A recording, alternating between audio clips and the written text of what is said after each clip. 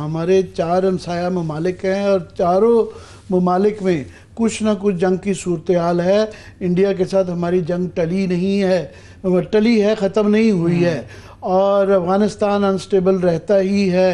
Iran की अब आज जंग उस पर तफसीलन बात करेंगे कि अभी वहाँ पे भी टली है, ख़त्म नहीं हुई। और चीन का भी इंडिया के साथ अभी भी आई टू आई जो है ना, वो eyeball to eyeball जो है ना, वो लद्दाख की पहाड़ियों में खड़े हुए हैं।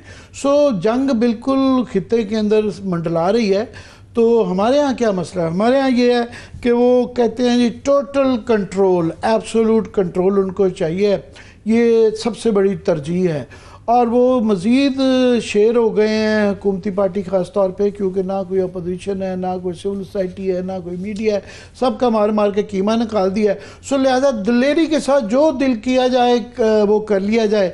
और अभी 26वीं आईनी तरमीम की जो है ना आओ पुकार ख़त्म नहीं हुई है, वो 27वीं की खबरें शुरू हो गई हैं कि जी 27वीं, पता नहीं 27वीं के ज़रिए क्या करेंगे। जुडिशरी स्टार्टिंग के वहाँ जो है वो पहले ही कसर कम नहीं थी, अभी अल्हम्दुलिल्लाह वहाँ पे अब चारों जो हाई कोर्ट्स जो हैं उनके अंदर जो है नए मुस्तकिल जो है चीफ जस्टिस आ गए हैं। एक बीच में से गालिबन सीनियर मोस्ट नहीं थे, पर वहाँ जो तमाशा ये हुआ कि क्योंकि एग्जेक्टिव कंट्रोल्ड अब जो जुडिशल कमीशन है, तो जो गवर्नमेंट की मर्जी के लगने हैं वो तो लगने ही लगने हैं। तो अब सिम्बॉलिकली जो है ना कुछ वोट डाले जाते हैं। तो सिम्बॉलिकली मंसूर अली शाह और मुनीर दफ्तर वगैरह ने उन्होंने कहा जी ये 26वीं आईनी तरमीम की रूह के ख़िलाफ़ है, जुडिशल कमीशन भी और ये प्रोसेस भी, तो हम तो इसके ऊपर वो इसके अंदर शामिल नहीं हुए। इसी तरह ही अपनी इज़्ज़त बनाने के लिए अब ये सारे मामले के अंदर ऑफ कोर्स जो है या अफरीदी साहब भी शामिल हैं और जस्टिस जमाल बंदोखेल भी, मगर या अफरीदी साहब ने बहुत बड़ा दिल दिखाते हुए और अपनी इंडिपेंडेंस को प्रूव करते हुए उन्होंने जो है मियाँ गुल हसन औरंगजेब साहब को वोट डाला। उन्होंने कहा जी सरफराज डोगर साहब जिनके यहाँ पे लाए जाने में वो पेश थे, उनकी मर्जी के बगैर वो आ नहीं सकते थे, चाहते तो रोक सकते थे, मगर उन्होंने देखें जहाँ सिलेक्टिवली ज़रूरत पड़ती है वहाँ असूल अपनाए जाते हैं। तो उन्हें in the name of great principles जो है वहाँ पे उन्होंने जो है ना मियाँ गुल हसन औरंगजेब को वोट दिया और सरफराज डोगर साहब को नहीं दिया। इसी तरह ही जस्टिस जमाल बंदोखेल ने ये हाल ही में मखसूस नशिस्तों का फैसला देने के बाद और तमाम तरीके जिस तरीके से किया उसको ये माय लॉर्डशिप ये करते रहे। आज उन्होंने कहा इसके जी किसी को भी उन्होंने जज को वोट नहीं दिया क्योंकि उनको भी कोई उसूली इख्तलाफ थे। तो ये तो चल रहा है ना एक टोटल कंट्रोल का मामला। दूसरा, जिस तरह गवर्नमेंट को परवाह नहीं रही कि ये कल आपने ये इस पे अभी वो भी आओ पुकार हमारी भी खत्म नहीं हुई थी, 50% गैस के ऊपर जो है फिक्स्ड चार्जेस लगा दिए थे, 50%, यानी कि 100 रुपए की जो गैस थी वो 150 की हो जाएगी आम आदमी के लिए, और कंस्ट्रक्शन के जो इंडस्ट्री के लिए भी बढ़ेगी, उतनी नहीं बढ़ेगी मगर वो भी बढ़ेगी। वो भी मामला ख़त्म नहीं हुआ था।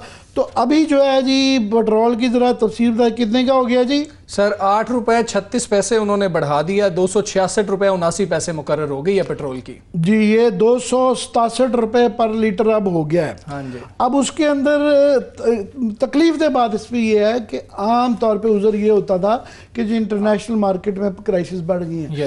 इस वक्त $68 का मैंने अभी चेक कर प्रोग्राम से थोड़ी देर पहले चेक किया गया, 68-68 डॉलर का ना बैरल है ब्रेंट का प्राइस जो है, ये लोएस्ट है, कुछ काफ़ी अरसे में नीचे आ रही है। और जंग जब ये इसराइल और ईरान की शुरू हुई थोड़ी देर के लिए 80 पे गया था, मगर फिर हैरानकुन तौर पे वो 2-3 दिन में ही अमेरिका ने शायद पुशन किया तो 72-73 पे आ गया था। अब वो 68 पे आ गया है, कम हो गया है। इस दौरान में इन्होंने ये कर दिया क्या है कि लेवी बढ़ाई है। तो पहले 70 से 8 रुपए लेवी बढ़ा के इन्होंने कहा जी हमने खूनी सड़क बनानी है बलूचिस्तान में, वो कर दिया उस वक्त। और अब 8 रुपए की मजीद तकरीबन ये टैक्सेस और लेवी कर लें तो 84 रुपए की ना तकरीबन लेवी हो गई। तो बेसिकली आप ये कह सकते हैं कि इन्होंने 400-500 अरब रुपया वहाँ से निकाल के आम आदमी से निकाल के IMF को दिखाया। देखें, आप कह रहे थे हमारी शॉर्टफॉल थी 1.3 ट्रिलियन की, तो ये देखें पूरी कर दिया। ये हमारे पास एक चाकू है, छुरी है, जिसको मारे ना कोई पूछने वाला, ना पार्लियामान है, ना अपोजिशन है, ना मीडिया है, ना कोई चेक नहीं है, जो मर्जी करें। गलियां हो जान सुंजियां विच मिर्जा यार मेरे। तो अब सूरत हाल तकलीफ दे मजीद इसलिए है कि 267 रुपए का जो पेट्रोल है इसके अंदर 125 रुपए के लेवी और टैक्सेस हैं। 50%, 50% टैक्सेस लगा के ये कर रहे हैं। तो जाहिर है पहले ये अगर धूम धड़ाम हमारा तो वो भी है कि जो ये महंगाई कहते हैं बड़ी कम हो गई है, लोगों की कुव्वत खरीद कम हो गई है। और उसका भी उसका फार्मूला भी गलत है, वो महंगाई वाला भी। मगर उसके पुराने फार्मूले के तहत जो इसके अंदर ये अपनी मर्जी से मतलब यूटिलिटीज़ की प्राइस जो है वो लोएस्ट रखते हैं या यूटिलिटी स्टोर के रेट रख के उसके मुताबिक भी अब बताया जा रहा है कि ये डबल ट्रिपल ये महंगाई की तरफ जा रहे हैं। पेट्रोल भी महंगा होगा, वो भी महंगा होगा। तो अभी आगे असल जो आपने इंटरनेशनल बात की है कि अभी तो 68 का ये है तो 267 पे पेट्रोल पर लीटर कर दिया है। अगर ये जंग बढ़ती है जिसका कि कभी इम्कान है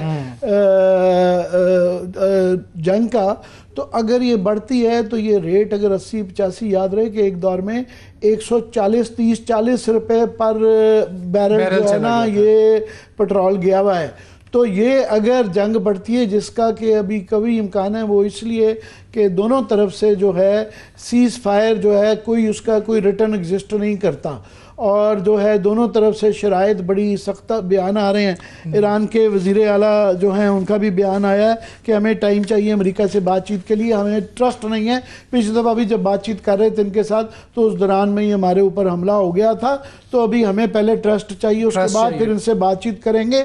और उन्होंने इनकार कर दिया कि हम IAEA के इंस्पेक्टर्स को आगे चेक भी नहीं करने देंगे। और जो है कह रहे हैं ट्रंप, वैसे तो वो अपनी कैंपेन में कह रहे थे फॉरएवर वॉर्स ख़त्म करेंगे, मगर आज ही की ज़रा तफसील पढ़ दें कि इस गाज़ा में क्या चल रहा है कि वहाँ भी जंग जारी है। सर 95 फ़लस्तीनी जो हैं वो एक रोज़ में शहीद किए गए हैं। 140 से ज़ायद हमले किए हैं 24 घंटों में। अभी जिस वक्त हम प्रोग्राम शुरू कर रहे थे तब भी ये खबर आई थी कि 8 मज़ीद जो फ़लस्तीनी हैं उनको शहीद कर दिया गया। तो ये सूरत हाल है सर। सालगिरह की तकरीब में भी बम मारा है उन्होंने। ये फिगर्स नहीं है, इसकी इमेज देखें कि सालगिरह की तकरीब के अंदर जो है ये 39 लोग बच्चे की सालगिरह के ऊपर जो है यहाँ मारे गए हैं। फिर ये जो ज़्यादा तकलीफ दे होता है कि लोग बेचारे भूखे मर रहे हैं और उनका जो खाने पीने का सामान आता है वो लेने जाते हैं तो उस पर बमबारी की जाती है। 140 हमले हुए हैं, ये ख़त्म करने जा रहे हैं। अब नेतन्याहू बताया जा रहा है कि वो जा रहे हैं अमेरिका। मोस्ट प्रॉब्ली जो वो ट्रंप साहब ने ये जो लाइन ले ली है कि उन्होंने ओब्लिटरेट कर दिया है, सो लिहाजा उनको जंग करने के लिए प्रॉब्लम वो जो है वो उसकी होगी। उनको शायद कन्विंस करने जा रहे हैं कि इसराइल की साख जो कि 50 साल से उन्होंने रखी हुई थी कि उनको हर सूरत में इलाके का हेजेमन कह लें, उसको गुंडा नहीं मैं कहना, अला ये बेहतर लफ्ज़ है कि इलाके का चौधरी रखना बड़ा ज़रूरी है ये इसराइल की साख के लिए। तो ये ईरान की इस जंग के साथ वो साख टूट गई है उनकी। इसराइल का रोब नहीं रह गया क्योंकि तमाम शवाहिद बताते हैं कि इसराइल तेल अवीव में पहली दफ़ा इसराइलियों को भी पता चला कि मिसाइल पहुंचे, वो आयरन डोम टूट नाकाबिले तस्खीर तो नहीं है। वो अभी जंग नहीं है सर। इसराइल शिद्दत से आगे बढ़ाएगा, इसराइल अपने लिए यूज़ करेगा कि भाई अभी तो हम मजीद जाएंगे उधर। मैं एलिस्टर क्रुक को इसलिए बड़ा संजीदगी से लेता हूँ कि इन्होंने सबसे पहले 2-3 माह पहले ये कह दिया था कि जब लोग कह रहे थे कि ट्रंप जंग नहीं चाहता और नेतन्याहू उनको खींचना चाहता है, उनका जी इसराइल हमला कर देगा और अमेरिका को बीच में शामिल होना पड़ेगा। तो अभी भी नेतन्याहू जो वहाँ जा रहे हैं अमेरिका में, ट्रंप फंस गए हैं थोड़ा सा क्योंकि उन्होंने इतना ज़्यादा क्रेडिट ले लिया कि देखें मैंने उनके असासे जौहरी ख़त्म तबाह कर दिए। और वहाँ पर यह बहस चल रही है कि नहीं हुए। एटॉमिक एनर्जी कमीशन भी यही कह रहा है और भी लोग शवाहिद नहीं है। अगर वो ये निकल आए कि वो जनाब तबाह नहीं हुए तो अमेरिका के अंदर उनके ऊपर तनकीद हो रही है कि फिर आपने 40,000 अमरीकियों की जान को जो है ख़तरा पहुंचाया, और वहाँ पे कतर के ऊपर सारे GCC के ममालिक भी डरे हुए हैं कि वहाँ पे ईरान को जो एक सिंबॉलिक हमला था, मगर वो बहरहाल एक हमले के ट्रेमर्स अभी तक चल रहे हैं।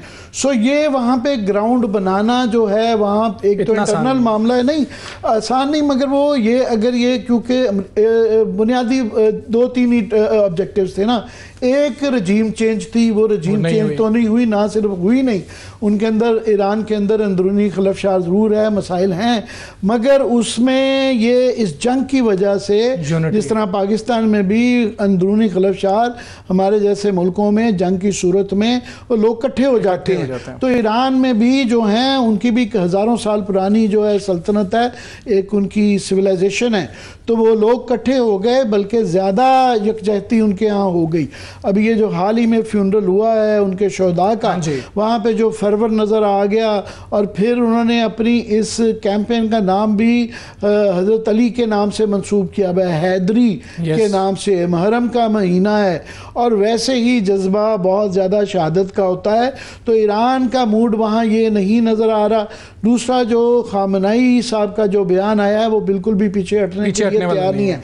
अब उनके पास ऑप्शन क्या है कि अगर अमेरिका ये सीज़ फायर, क्योंकि मुंसलिक आपस में अमेरिका का और ईरान का जुड़ा हुआ है गाज़ा के साथ। अब अमेरिका ट्रंप साहब का बयान तो आया है कि हफ्ते के अंदर ख़त्म कर देंगे, मगर उसके अंदर मुश्किल 2-3 है कि शराइत क्या होंगी, टर्म्स क्या होंगी। टर्म्स के अंदर 3 प्रॉब्लम्स हैं। एक प्रॉब्लम ये है कि वो कह रहे हैं हमास वहाँ पे बिल्कुल नहीं होगी।